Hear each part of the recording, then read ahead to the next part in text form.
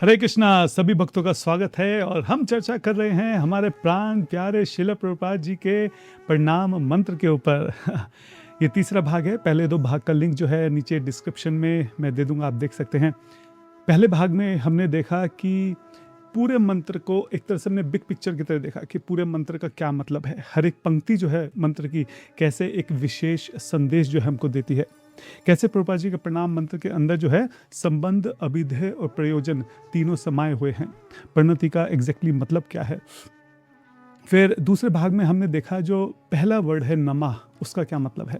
नमः का मतलब है समर्पण, नमः का मतलब है शरणागति, नमः का मतलब है अपने गुरु के श्री चरणों में झुककर ये कहना कि हे गुरुदेव, कुछ भी मेरा नहीं है, मेरी बुद्धि, मेरा बल, मेरी सेवा, मेरी योग्यता जो भी मुझे अपनी दिखती है, ये सब कुछ जो है केवल आपकी कृपा और दया से ही जो है मुझे प्राप्त है, जिसका इस्तेमाल मुझे शक्ति दीजिए कि इसका इस्तेमाल मैं आपकी और भगवान की सेवा में कर सकूं। ठीक है। उसके अलावा हमने देखा कि कैसे नमः का मतलब है एक सूखी लकड़ी से एक हरी भरी बेल बन जाना। तो जैसे हरी भरी बेल होती है तो जब हवा चलती है वो हवा के साथ झूमती है। तो सूखी लकड़ी अकड़ी रहती है, टूट जाती है लेकिन हिलेगी नहीं, झुकेगी नहीं, झूमेगी नहीं। तो हरी भरी बेल बन जाना ताकि अपने गुरु की आज्ञा से और भगवान की इच्छा से उसी दिशा में जो है झूल जाना। ठीक है। इसके ऊपर हमने डिटेल में डिस्कस किया था। श्रील प्रभुपाद जी की कई सारी लीलाएं हमने देखी थी। आज हम देखेंगे कि जो दूसरा शब्द है ओम, उसका क्या मतलब है। कुछ लोगों को लगता है कि जो ओम है वो ध्यान लगाने का एक शब्द है, जैसे निर्गुण निराकार पर ब्रह्म है, उनके ऊपर अगर हमें ध्यान लगाना है तो ओम का उच्चारण किया जाता है, इस प्रकार उनका मानना है। लेकिन हमारे शास्त्र क्या कहते हैं, जीवा गोस्वामी क्या कहते हैं कि ओम जो है वो भगवान श्री कृष्ण की बांसुरी की धुन है। और ऐसा शास्त्र में है।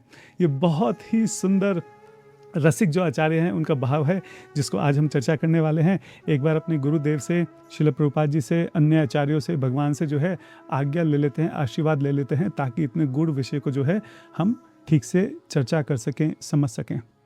ओम अज्ञान तिमिरन्धस्य ज्ञानंजन शलाकया चक्षुरुन्मिलितं येन तस्मै श्री गुरुवे नमः। श्री चैतन्य मनोभीष्टं स्थापितं येन भूतले स्वयं रूपः कदा मह्यं ददाति स्वपदान्कितं।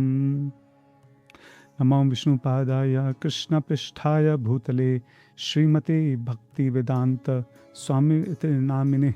नमस्ते सारस्वती देवे गौरवाणी प्रचारिणे निर्विशेष शून्यवादी पाश्चात्य देशतारिणे।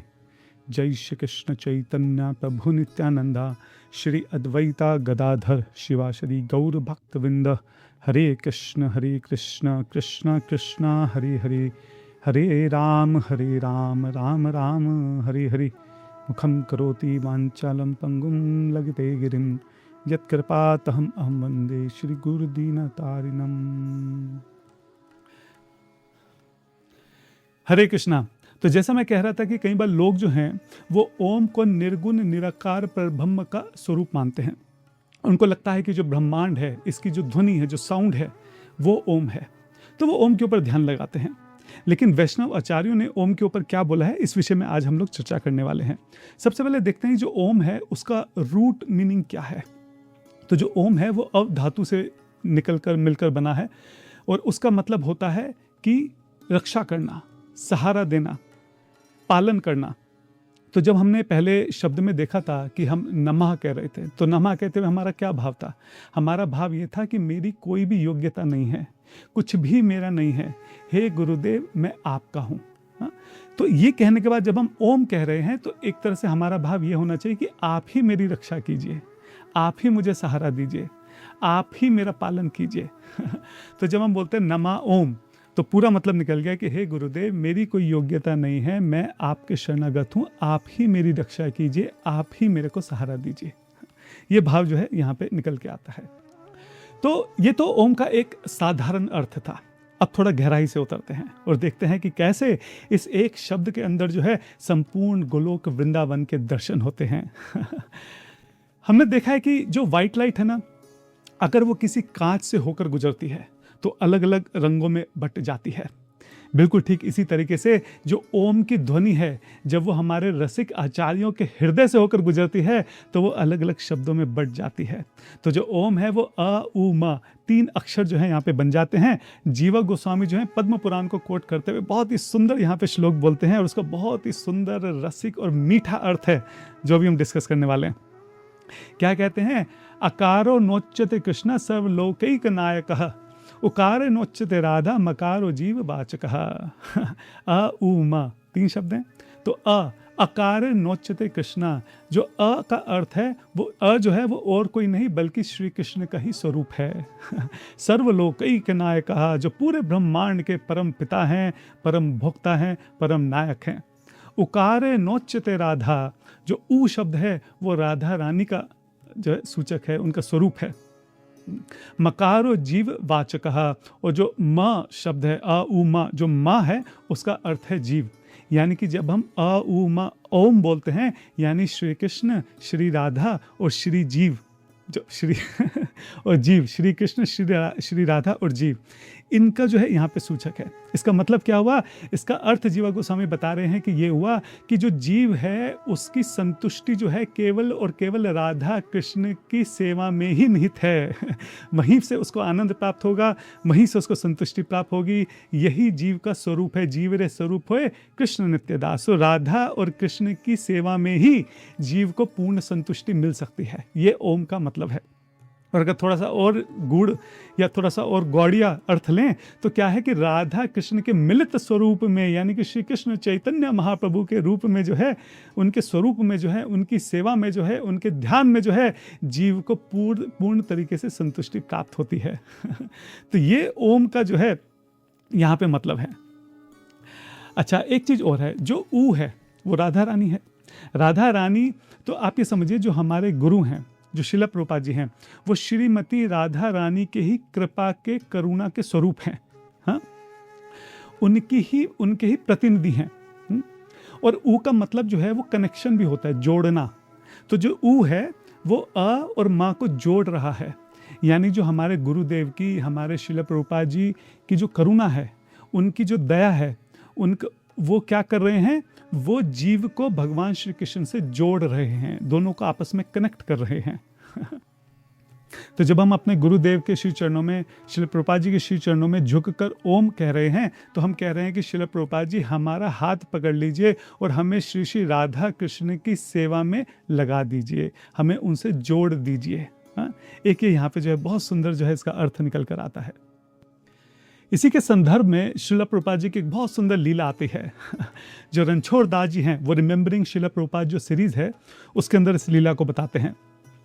एक बार जो है फ्रांस से लंदन एक व्यक्ति आता है नौकरी की तलाश में, नौकरी तलाश रहा होता है और इधर उधर गलियों में जो है कुछ ढूंढ रहा होता है। अचानक से वो रास्ता खो जाता है और अपना जो भी उसका घर है उसको ढूंढते ढूंढते वो इधर उधर जाता है और वहाँ पे उसको अचानक से जो है हमारा जो इस्कॉन मंदिर है वो दिखाई देता है। उसको लगता है कि ये शायद हिंदुओं का कोई मंदिर है और वहीं बाहर शिला प्रभुपाद जी की जो है बहुत सुंदर फोटो लगी होती है। वो उसकी तरफ आकर्षित हो जाता है कि वृद्ध व्यक्ति कौन है। हाँ, ऐसा लगता है कि कोई वैरागी है। हाँ, ऐसा लगता है कि कोई बहुत ऊंचे संत महात्मा हैं। हाँ, तो वो सोचता है कि शायद ये व्यक्ति अंदर होगा। ये सोच के वो जो है मंदिर के अंदर आ जाता है।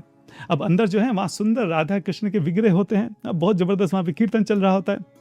तो मंदिर के अंदर आता है। आते ही उनको बहुत सुंदर दिव्य राधा कृष्ण की जो है सुंदर स्वरूप के, उनके दिव्य विग्रहों के जो है दर्शन होते हैं।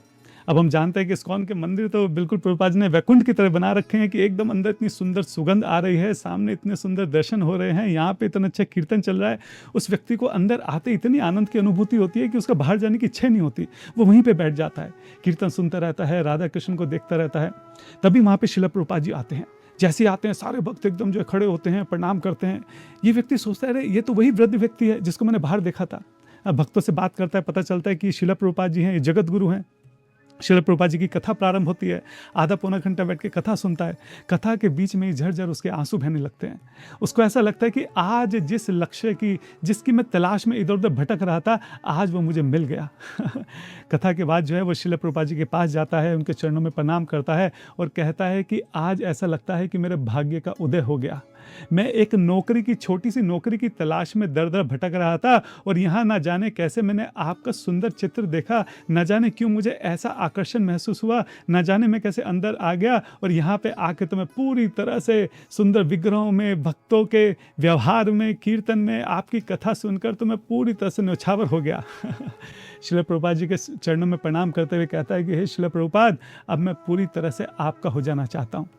आप कृपा करके मेरा हाथ थाम लीजिए और जो भी भगवान है, ये सुंदर सामने राधा कृष्ण जो भगवान है, उस वक्त पूरा जानता नहीं था कौन है, तो विग्रहों की तरफ इशारा करके कहता है कृपया करके मुझे इनसे मिला दीजिए। श्रील प्रभुपाद जी जो हैं वो मुस्कुरा कर कहते हैं कि पुत्र तुम्हारा स्वागत है, आज तुम जो हो एक कौवे से हंस बन गए हो। कौवे से हंस बनने का क्या मतलब है? भागवतम में क्या है? वायस तीर्थम, जो कौवे होते हैं उनके कूड़े कचरे का जो ढेर होता है वहीं पे उनको आनंद आता है। आप उनको किसी सुंदर बगीचे में भी ले जाओ ना, वहाँ से भी उड़कर वो चले जाते हैं और आसपास कहीं नदी नाला हो, कहीं कूड़े का ढेर लग रहा हो तो वहाँ जाके बैठते हैं, वहाँ उनको बहुत आनंद आता है। इसी तरह से संसार के जो विषयिक सुख हैं, इंद्रियों के जो सुख हैं, लोग जो हैं उनको भोगने में ही लोगों को आनंद आता है। तो वो कौवे के समान है। और जो हंस है वो बहुत सुंदर सरोवर में रहता है और वहाँ पे जो कमल नाल का जो रस है उसका पान करता है। अर्थात जो भक्त हैं वो कमल नयन रूपी जो श्याम सुंदर हैं उनके स्वरूप के दर्शन का, उनके सुंदर रूप के दर्शन का अमृत पान करते हैं। इसलिए वो हंस हैं। तो श्री प्रभुपाद जी उनको कहते हैं आज तुम कौवे से हंस बन गए हो, पुत्र तुम्हारा स्वागत है। और यही जो व्यक्ति है आगे जाके जो है एक बहुत अच्छे डिवोटी बनते हैं और इनका नाम पड़ता है शुद्ध जयादास। तो एक छोटी सी लीला है लेकिन इसमें हम देखते हैं कि कैसे श्रील प्रभुपाद जी का जो स्वरूप है वो श्रीमती राधा रानी का ही कृपा, दया और करुणा का स्वरूप है। उसको देखते ही जीव जो है वो आकर्षित हो जाता है, उसको देखते ही जो है जीव जो है उसको भगवान के साथ संबंध बनाने की इच्छा महसूस होती है। तो हम यहाँ पे देख रहे हैं कि जो श्रील प्रभुपाद जी हैं वो किस तरह से मैच मेकर हैं। वो जीव का हाथ उठा के भगवान श्री कृष्ण के हाथों में दे देते हैं। तो ऊ है, आ ऊ मा ओम, तो जो ऊ है वो हमारे और कोई नहीं बल्कि श्रील प्रभुपाद जी जो हैं उन्हीं का स्वरूप है। अब थोड़ा और गहराई में चलते हैं और हमारे जो रसिक गोस्वामी हैं उनके हृदय में थोड़ा झांक कर देखते हैं कि उन्होंने इस ओम का ऐसा रहस्य खोला है जिसको सुनकर हमारे रोंगटे खड़े हो जाएंगे। लोग जो हैं वो केवल ओम को जो है निर्गुण निराकार की एक नीरस ध्वनि मानकर चलते हैं, लेकिन सच बात तो ये है कि इस पूरे ब्रह्मांड की सबसे मधुर और सबसे अंतरंग ध्वनि की एक केवल एक परछाई है। अर्थात अर्थ यह है कि ओम की ध्वनि और कुछ नहीं बल्कि हमारे श्याम सुंदर की बांसुरी की ही धुन है। कैसे? ऐसे कैसे? प्रमाण क्या है इसका? प्रमाण है ब्रह्म संहिता श्लोक नंबर 27, जिसमें स्वयं ब्रह्मा जी जो इस बात की पुष्टि कर रहे हैं कि जब उन्होंने सृष्टि की शुरुआत करी तो हमारे श्याम सुंदर ने अपने अधरों पे मुरली लगाई और जो उन्होंने उसकी धुन गाई वो इस सृष्टि में आती है और ब्रह्मा जी के 8 कानों में पड़ती है, हृदय में जाती है और वो जो है गायत्री मंत्र का रूप ले लेती है, जिसका बीज मंत्र और कुछ नहीं बल्कि ओम है। तो जब हम ओम गा रहे हैं, जब हम ओम की ध्वनि का उच्चारण करते हैं वो, तो ये ध्वनि और कुछ नहीं है, भगवान की बांसुरी की मधुर धुन का ही वैदिक अनुवाद है। जैसे किसी गीत को दूसरी भाषा में बदल देते हैं, इसी तरह गोलोक वृंदावन धाम की जो मधुर ध्वनि है जो स्वयं भगवान के अधरों पर रखी बांसुरी से निकल रही है, वो इस सृष्टि में आकर उसका वैदिक अनुवाद हो जाता है और वो ओम के रूप में जो है जीवों तक पहुंचती है ताकि जीव भी उसको सुन सकें। अब आप एक बात सोचिए, जब हम श्रील प्रभुपाद जी के सामने प्रणाम करते हैं और नमा ओम बोलते हैं तो हमें इस बात का एहसास होना चाहिए कि भगवान श्री कृष्ण की उस सुंदर बांसुरी की धुन को हम तक पहुंचाने का जो माध्यम है वो श्रील प्रभुपाद जी हैं। और श्रील प्रभुपाद जी के होठों से के माध्यम से श्याम सुंदर जो हैं वो हमको पुकार रहे हैं। श्रील प्रभुपाद जी के ग्रंथों के माध्यम से हमको पुकार रहे हैं, उनके कथाओं के माध्यम से हमको पुकार रहे हैं। आप ऐसा समझिए, जब श्याम सुंदर जो हैं वृंदावन में, 10वें स्कंद में हम क्या पढ़ते हैं, हाँ, जब वो वृंदावन में आधी रात को वो अपनी बांसुरी बजाते हैं तो कैसे सारी गोपियां जो हैं वो सारा अपना घर बार छोड़कर, अपने पति अपने बच्चों को छोड़कर, मान मर्यादा की परवाह करे बगैर सबको छोड़कर जो है आधी रात को उस जंगल में श्याम सुंदर की उस धुन के पीछे भागी चली जाती हैं। बिल्कुल ठीक इसी तरीके से शिला प्रभुपाद जी ने भगवान की उस सुंदर बांसुरी की धुन को अपने ग्रंथों के माध्यम से, अपनी कथाओं के माध्यम से जीवों तक पहुंचा दिया। और जीव जो हैं, हमने देखा कि कैसे हजारों लाखों जीव जो हैं वो इस संसार रूपी, इस माया रूपी अपनी घर गृहस्थी को, इस संसार को छोड़कर शिला प्रभुपाद जी का जो सुंदर कृष्ण भावनामृत आंदोलन रूपी जो बांसुरी है, उसकी जो धुन है, जो वृंदावन है, कि हमने देखा कि कैसे वो सब कुछ त्याग कर प्रभुपाद जी के पीछे पीछे चल दिए, प्रभुपाद जी की तरफ, उनके कृष्ण भावनामृत आंदोलन की तरफ जो है, उस वृंदावन की तरफ जो है वो दौड़ जाते हैं। आप सोचिए कितना गहरा मतलब है यहाँ पे। जिस ध्वनि को जो है लोग केवल एक नीरस ध्वनि के रूप में देखते हैं कि इससे तो हम ध्यान लगाएंगे, निर्गुण निराकार नीरस, उसको ओम कहते हैं। लेकिन ओम जो है वो और कुछ नहीं बल्कि हमारे श्याम सुंदर की बांसुरी की सबसे मीठी, सबसे सुरीली, सबसे अंतरंग जो है वो धुन है, जो कि इस भौतिक संसार में हम सुन सकते हैं। अगली बार जब हम ओम का उच्चारण करें तो एक बार जरा ध्यान करें कि ये वही श्री कृष्ण की बांसुरी की जो धुन है, जो हम यहाँ पे अपने गुरु, अपने आचार्य शिला प्रभुपाद, इन सब के कारण सुन पा रहे हैं, समझ पा रहे हैं। मैं रिमेंबरिंग शिला प्रभुपाद में जो अभिराम प्रभु जी का इंटरव्यू है वो सुन रहा था, उसमें वो बताते हैं, अपना अनुभव साझा करते हैं कि उनके हृदय में जो भी प्रश्न होते थे, जो भी संशय होते थे, जैसे ही वो शिला प्रभुपाद जी के पास जाते थे, जैसे ही वो उनके दर्शन करते थे, उनको देखते थे, उनकी वाणी सुनते थे या उनके कई बार ग्रंथ पढ़ते थे, वो सारे संशय जो एकदम मिट जाया करते थे। उनके सारे प्रश्नों का उत्तर उनको मिल जाया करता था। उनको राधा कृष्ण के प्रति जो है बहुत ज़्यादा आकर्षण, आसक्ति जो है महसूस हुआ करती थी। ऐसा क्यों है? जो हम यहाँ पे चर्चा कर रहे हैं, बात वही है कि शिला प्रभुपाद जी की वाणी जो है, ऐसा नहीं है कि वो केवल एक उपदेश है। शिला प्रभुपाद जी की जो वाणी है, उनके जो ग्रंथ हैं, उनका जो चरित्र है, वो और कुछ नहीं बल्कि श्याम सुंदर की उस बांसुरी का मधुर संगीत है। जिसको सुनकर जो है जीव जो है वो उनकी तरफ झुका चला जाता है, उनकी तरफ दौड़ा चला जाता है। तो जब हम शिला प्रभुपाद जी की वाणी को सुने, उनको ग्रंथों को पढ़ें, तो अपने हृदय में ये विचार करें कि ये कुछ नहीं और ये और कुछ नहीं बल्कि श्याम सुंदर की बांसुरी है, जो हमको रास नृत्य में भाग लेने के लिए आमंत्रित कर रही है, हमको आधी रात को उस वृंदावन में बुला रही है। अब अगले भाग में हम जो है विष्णु पदाया जो है उसके ऊपर चर्चा करेंगे, जिसका अर्थ होता है कि शिला प्रभुपाद जी जो हैं, उनका जो नित्य निवास स्थान है वो भगवान श्री विष्णु के चरण कमल हैं। पदाय का मतलब धाम भी होता है, विष्णु के धाम है, उनके चरण कमल है, यहाँ से वो बिलोंग करते, ये उनका स्थायी स्थान है। वो कोई केवल एक 20वीं शताब्दी के महापुरुष नहीं थे, वो इसी गोलोक वृंदावन धाम के, विष्णु के धाम के नित्य निवासी थे। जैसे सूरज हमारी आंखों के सामने कुछ समय के लिए प्रकट होता है, इसी तरह शिला प्रभुपाद जी भी जो हैं इस धरा धाम में कुछ समय के लिए हम सबके आंखों के आगे प्रकट हुए, लेकिन जो उनका नित्य निवास है वो भगवान श्री विष्णु का धाम है। इसी के ऊपर विस्तार से चर्चा जो है हम अगले भाग में करेंगे। वंशा कल्पतरुभ्यश्च कृपा सिंधु भैवच पतितनाम पावनेभ्यो वैष्णवेभ्यो नमो नमः। शिला प्रभुपाद की जय, गौर भक्तविंद की जय। हरे कृष्णा।